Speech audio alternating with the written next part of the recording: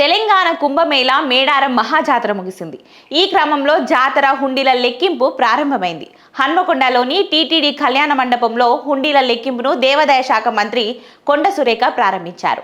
లెక్కింపు ప్రక్రియను special officer ఈ కృష్ణప్రసాద్, దేవాదాయ శాఖ deputy commissioner Sunitha, Medaram EO వీరస్వామిలు దగ్గర నుండి పర్యవేక్షించారు. మేడారం జాతరలో మొత్తం 828 హుండీలకు గాను 125 హుండీలను తెరిచి లెక్కించారు.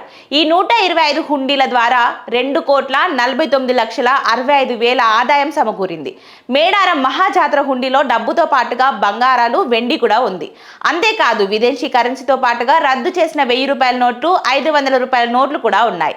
అంతేకాదు హుండీలలో ప్రేమ లేఖలు, ఆస్తి తగాదాలు పరిష్కరించేలా చూడు తల్లి అంటూ దేవతలకు వినతులు కూడా రావడం విశేషం.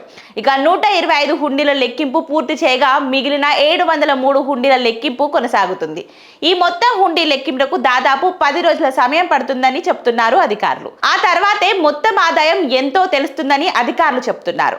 హుండీల లెక్కింపులో దేవాదాయ శాఖ నుంచి 200 మంది ఉద్యోగులతో పాటుగా సేవా సమితి నుంచి 300 మంది వాలంటీర్లు కూడా ఉన్నారు. అయితే మేడారం జాతర హుండీల ద్వారా వచ్చిన మొత్తం ఆదాయంలో 33% వాటాను పూజారులకు అందజేస్తారు. గత జాతరలో 13 కోట్ల ఆదాయం వచ్చిందని, ఇప్పుడు దానికి 3 రెట్ల ఆదాయం వస్తుందని అంచనా వేస్తున్నారు.